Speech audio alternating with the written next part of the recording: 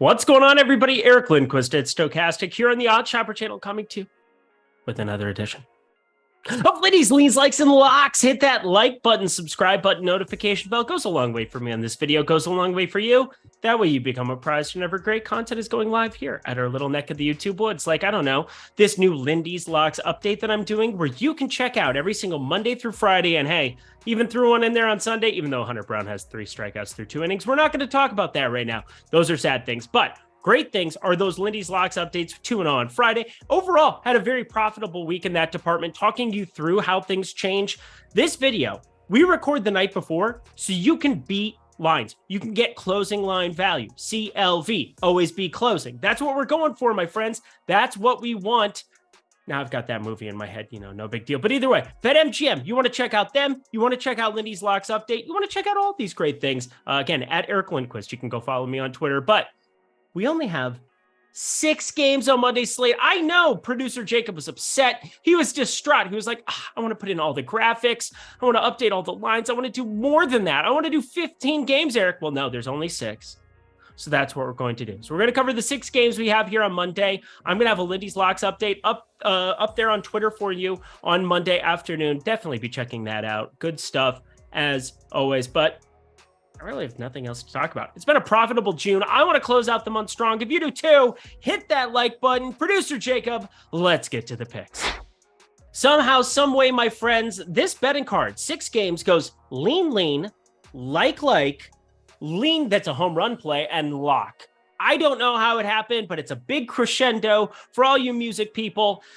But this is a tough one for me to get my head around. It's Brandon Williamson and these resurgent Cincinnati Reds that everybody's got Reds fever. You get a home run and you get a home run. And Sunday was a little sad because 7-6, they lose to the Braves. But Cole Irvin on the other side of this one going for the Baltimore Orioles. And I'm not sure what to do with this game in any way, shape, or form. We had weather last week at the tail end of that entire get-go here, but I'm looking at lefty Brandon Williamson here, and this is a very tough spot going into Baltimore. First of all, we like Baltimore's lineup. Second of all, it plays up to lefties, but as a lefty pitcher, does he have enough of a cavern out there in left field? I don't know. He needs it, though, considering he has a 47.5% hard hit percentage, a 392 xWOB, but 290 expected batting average. The one nice thing, again, Baltimore, Camden Yards, plays way up for lefty pitching. If you're a lefty pitcher there, you love that they moved that fence back 20 feet. They moved it up. It is so much harder. You used to see Mookie Betts going out there having triple dong days all the time in the AL East. Those days are long gone. And Aaron Judge, the one guy who had like double dong, triple dong out there last year, not really a thing anymore, considering he's not in the lineup and his toe tendon sounds like it's a bad deal. But that's a story for another day. We're going to talk about Cole Irvin on the other side of this one here, going for these Baltimore Orioles, a respective southpaw himself. Again, that's the only thing that he has going for him other than Adley Rutschman as his catcher. He is bottom 1st percentile in expected batting average, bottom 1st percentile in expected slugging. And there are some righties who are out there with vengeance now in their hearts. Spencer Steer, Ellie De La Cruz, 2-way hitter. Jonathan India, Matt McClain, lots of pieces. Tyler Stevenson, what happened to you, bro? Cincinnati needs you. You're letting down a nation. But either way, Cincinnati Reds, friends, I think they can put up runs here, but being 2 lefties who do give up power, it's so hard to know exactly how to project this one out because this ballpark plays second hardest for right-handed power. Hold the ball left. It never leaves the yard, it seems like, even though it does from time to time. They're not playing baseball. And like, what's the opposite of the moon? Would it be like Saturn? Uranus? We're going to move on. Over 9.5, simply a lean on this game. Another game that it's just really hard to know what to do because one pitcher once upon a time was the most dominant guy on planet Earth, Justin Verlander. He took Kate Upton to the big city here in New York, and his life is just, he's coasting. And Colin Rea on the other side here for the Milwaukee Brewers, the visiting team, and Citi Field. I bet it's going to be pretty dead this year, considering, well, this was one of the most anticipated teams coming into the season. They are now 35-42. They are 17-15 at home, but Justin Verlander, Max Scherzer, they have not been their normal dominant selves. Verlander, a 4.50 ERA, 1.21 whip. Interesting stuff that we're seeing out of him. The hard hit is up. The Ks are way down. He is older, he is more content, and he's married to Kate Upton. I'd be lazy too. Colin Ree on the other side, less lazy, but not very good. 42.6% hard hit percentage, just a 20.4% K rate, but he's not Justin Verlander. I don't know, probably has a hot wife. Let's be serious. But he has a very tough spot here against a Mets team that I do expect positive regression for them. They do have a 103 WRC plus against righties, although just a 155 ISO. Power hasn't necessarily been leaving the yard very often. My home run model, not in love with anybody here outside of maybe a Tommy Pham number, mainly because those numbers have been up. Batting fifth in that lineup, does have a 50.9% hard hit percentage. And hey, I want to throw some of these numbers out here for you because, well, it's only a 6-game slate. They're going to be more reactive numbers than normal. And, well, just don't be betting everything, and don't be just betting for the sake of betting. We want to try to find some good values. I think Tommy Pham might be that guy. Daniel Vogelbach, if he ends up in this lineup, which I would assume against a righty, that shows up too. But I think if we had to go anywhere, if we had to do anything, we would be looking at the Mets on the run line. And this run line sitting with plus money, I think it's just on that. It's on that border here, minus 180 on the money line. Generally, I like to see 100-cent differences in certain capacities. Now, it depends on the ballpark. It depends on the run total. Again, that's a conversation for a different day. There are different metrics to go into it, but the Mets on the run line are just on the outside looking in at the betting card. Think they're a pass right now, but be paying attention to hitting props. There might be something to mine out of here, specifically Pham, Vogelbach. Those two have had pretty depreciated numbers. If you want to know if I end up on anything here, you know what to do. Hit me up on Twitter at Eric Lindquist. Happy to let you know. Oh boy, we got my Minnesota Twins heading into Atlanta, and right off the bat, they have a date with one Spencer Strider. Yeah, not going to be good. Sonny Gray on the other side, and I gotta say, my compadre, Greg Ehrenberg, over on the Stochastic YouTube channel. We do a lot of DFS shows together. You've seen him here on Odd Shopper from time to time, my friends. He's really sharp, really smart. Pointed out, hey, have you seen what's happening with Sonny Gray? And I said, what? Velocity a little bit down over his last month. Yes, starting to get hit up over the course of this month. I had to go into the game logs, had to go into the split logs and figure out exactly what he was talking about. And sure enough, it's shown up in the month of June. In April, 1.06 whip. Looked really good. 0.77 ERA. 1.42 whip in May. 3.91 ERA. Velocity was just about the same, sitting in that 93 and a half mile per hour mark. But friends, it's been sub 93, 92 miles per hour in his last couple starts. And that's resulted in a June that has been one that he probably wants to forget. A 1.55 whip in 20 2/3 innings. Hasn't looked very good in the strikeout department in 4 games in the month of June. Just 15 Ks for this guy. He had been kind of a calling card, like an ace of sorts here for my Minnesota Twins. 24.6% K rate, and that is down substantially over the month of June. I'm going to be paying close attention to it, but not a great spot to be going into Atlanta, no doubt about it. But I still think coming off of that series in Cincinnati, Atlanta, we might get 1 or 2 hitters getting the night off. It was a pretty insane series that we saw in Cincinnati. I'm not sure what that means. If it means that we get Sean Murphy out of that lineup, 579 expected slugging. He hasn't been DHing as much. Travis Jarneau moves into the catcher position, something of that nature. Maybe we get a Kevin Pillar in that lineup, things of that nature too. I would like that a lot more as opposed to Michael Harris, Eddie Rosario, those guys, although you would anticipate them in there against already. Just something to be paying attention to. But my real case for why I like the under in this game comes to Spencer Strider. 39% K rate, 206 expected batting average. He has been getting BABIP'd to death. Anywhere you look, there's BABIP. Batted average on balls in play. That's BABIP, my friends. Anything around 300, that's kind of your meridian mark here in old baseball, but it's been north of that pretty routinely here in a couple of his starts. I think he's been getting very, very unlucky. Although the fastball has been starting to get hit at a higher rate here to both hands, throws it a lot to lefties. 482 expected slugging, 458 actual slugging. So maybe even a little room to regress further in terms of the hard hit, but the chase rate is through the moon. 93rd percentile, one of the best young arms in baseball, just 24. The hard hit is still down from his original debut. And, although it's up a tick from last year, and has a 4.36 xWOBA. He has a 3.37 expected ERA, so I'm just going to throw this out there. A couple of these outings, I'm throwing out the frickin' window. I don't think this Twins lineup that's been absent a lot of their big boppers is going to be all that prohibitive for him if he has his B- game. You're looking at Byron Buxton, who got dinged up, had a back injury. He wasn't in the lineup on Sunday. Does he end up out of the lineup Monday? I don't know. But as soon as that lineup comes out, the books have the same opportunity you do to react to it. So Jorge Polanco still on the IL. That's problematic. And, well, him and Buxton, those are the two best hitters every day in that lineup. Every day I write the book. And these books need to be hit on the under of 8.5. Big number in Atlanta here, considering the quality of the starting pitching. I'm still a little bit worried about Gray, but we're going to be paying close attention to that as we progress. Think you want this bet in before that Buxton news comes down. My dear friends, a lot of people have been hitting me up on Twitter, even Instagram recently. I don't even go on Instagram other than to like post pictures of my dog, but that's a conversation for a different day. But a lot of people have been asking me, Eric, where can I get your betting card?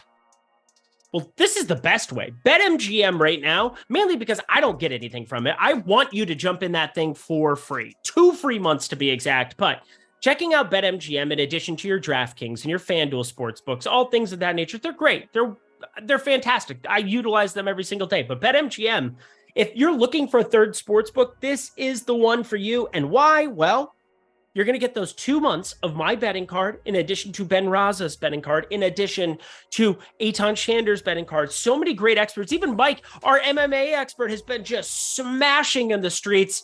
I'm telling you, he's a quiet individual. Very keeps to himself, studies the tape, smashing the MMA game. Haven't seen anybody hit as many long shot prop bets off of MMA cards is what that dude just hit this last weekend. Very impressed by the product that he's putting out every single week. Love having him there in the Odd Shopper Premium Discord. And you will too.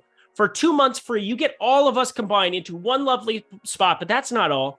At BetMGM, when you sign up to that link below, your first bet, if it loses, will get bonus bets back to it in that exact same amount. So let's say you deposit $50 at BetMGM.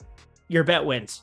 Congratulations, keep your proceeds, you win, move along with your life. You could take all your money off the book. But if it loses, my friends, you have the opportunity to get bonus bets back from BetMGM in that exact same amount. So bet 50, you'll get 50 back in bonus bets. 100, you'll get 100 back, all the way up to $1,000. Huge opportunity for you guys to go crush over at BetMGM, to build your bankroll, to sustain your bankroll. Great things going on with them. Check them out only if you're 21 and over. And if you have a gambling problem, please call 1-800-GAMBLER.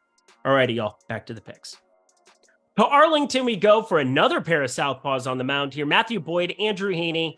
Going to be a fun one. And Matthew Boyd, he's a pitcher that, again, I don't think my Minnesota Twins are probably good enough to get here at this point.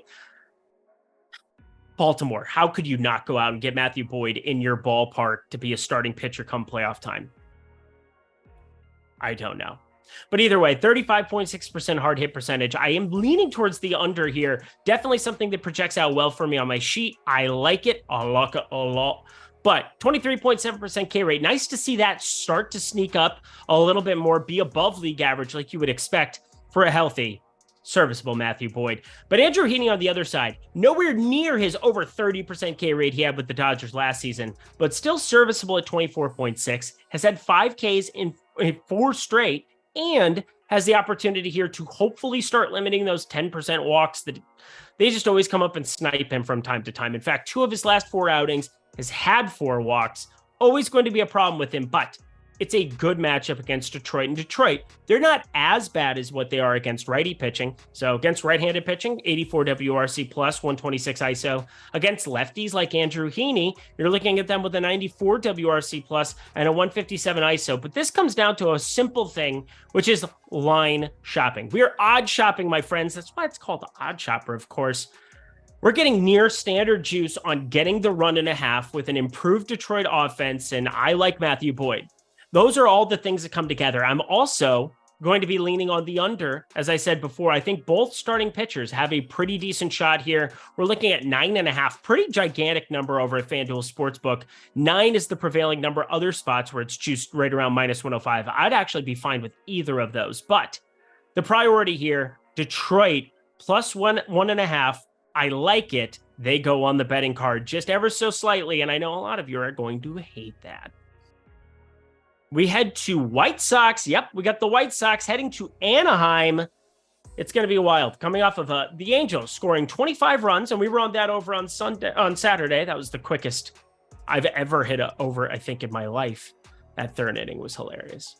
But either way, they lose the series in Colorado anyway, because why wouldn't they? Textbook Angels. And now you got Dylan Cease versus Reed Detmers, 2 strikeout prevalent heavy arms. Going to be a fun one to watch. Reed Detmers, 3 straight games of 8 strikeouts. Love seeing some of the emergence that we've seen out of him. However, still an ERA that lingers around 4, still a 41.3% hard hit percentage, although the 373 expected slugging, pretty darn nifty. However, Dylan Cease on the other side, I like what we've seen out of him. We've been backing him quite a bit of late in the K department. I think you could be paying attention to this one again. Anthony Rendon, he's on the IL. They pick up Eduardo Escobar. They are just starting to make moves, trying to set things up to say, hey, Ohtani, look at us. We're proactive. You want to stay with this team, right? Even though he's going to sign with the Dodgers, and we all know it. But Los Angeles Angels on the season, 114 WRC plus, and Dylan Cease, 47% hard hit percentage, going to a homer-friendly park in Anaheim. I think it's going to be tough to find value with any Angels there, although we found a little bit Mickey Moniak. Of course, end up on freaking, I don't even want to talk about Saturday. Saturday still made over 2.5 units between the over, between the Angels, between everything that we had in the premium Discord, but only one homer that we got on that card from Mickey Moniak. Had some round robin Angel stuff going, worked well Friday. Saturday basically broke even. Moniak sitting around plus 470, and well, paid for the other 4 that didn't hit on a 25-run game. Not that I'm bitter or anything, but either way, we're going to be targeting Reed Detmers with some power too. As I said before, over a 41% hard hit percentage, and you get the 9th inning bump. And Jake Berger, pay attention to him, 51.6% hard hit percentage. Pay attention to Eloy Jimenez, 52.3% hard hit percentage. But Luis Robert is starting to mash baseballs. He has just a 39.3% hard hit percentage this year and a 493 expected slugging. But I've been watching his plate discipline. He has been getting everything out of his at-bats of late, including 2 homers on Sunday, 1 on Saturday. Watched a little bit of White Sox baseball. I don't know why, but they were facing Boston. Felt like Boston was a pretty chalky team when it came to DFS and things of that nature. But I'm paying very close attention to Reed Detmers here in this one. Think the K's can show up, but I also think with the 29.3% strikeout rate for Luis Robert, he's just going to have bad swings and misses anyway from time to time, that I'm okay to just disregard it. Very curious to see where this number shows up at, considering the hard hit profile has gone way up for him over the course of the last 2 weeks. I want better than plus 320. I think we get better than plus 320. Therefore, he's my homer that I've got my eye on, Luis Robert, to go yard in Anaheim. And we've reached the end of our boarding walk. The Washington Nationals coming off of obliterating. Yeah, they obliterated the Padres there on Sunday. Pretty wild outcome in that one. Happy to be nowhere near that. 8-3. But one baseball game does not a team make, especially when that team is rolling out Trevor frickin' Williams. Luis Castillo on the other side, back in his home ballpark, and he is very good in this cavern of a yard. A 44.6% hard hit percentage. That'll affect you from time to time, but not at the best pitcher-friendly park in baseball. 222 expected batting average, 28.6% K rate, gets a Washington team that against righties has just an 18.6% K rate, so they'll put the ball in play, but it doesn't matter with a 126 ISO and 86 WRC plus. It doesn't matter what your name is. I can't do the rock thing. I tried. Trevor Williams, though, he's terrible. 493 expected slugging, 353 xWOBA. And I look at this Washington Nationals bullpen, it really brings nothing to the table, and I will be breaking this down on Lindy's Locks update for all of you lovely people, talking you through what I think about them, because they're not good. They're really not good. And Luis Castillo is really good. This is a pitching mismatch of epic proportions.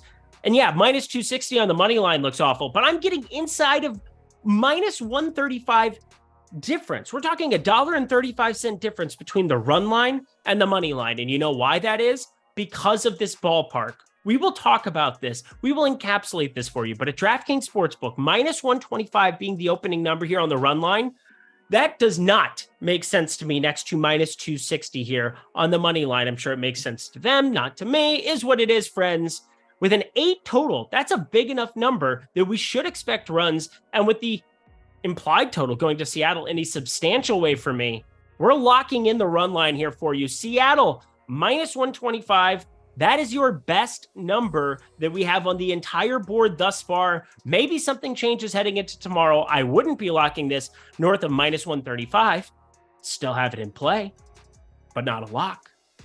Be sensitive to this number if it changes. But as of right now, friends, Seattle, minus 1.5, minus 125 at DraftKings Sportsbook, your lock of Monday. And that does it for another edition of Lindy's Leans, Likes, and Locks. You know what to do. Go to that comment section below. Let me know your favorite plays on Monday's card. Let me know if there's anything that you smashed over the weekend, if you made some money. Hopefully you're in that premium Discord. We made some money for sure. That was good times. I got to go watch the end of this Dodgers game. Hopefully somebody can go yard named Freddie Freeman. That would be fun. But check out BetMGM there in the comment section below. Check out all our great offers in that video description box below. Excited to see you guys again for Tuesday for a full 15 gamer. We're back to normal then. Until then, I'm Eric Lindquist. Best of luck in the MLB streets on Monday.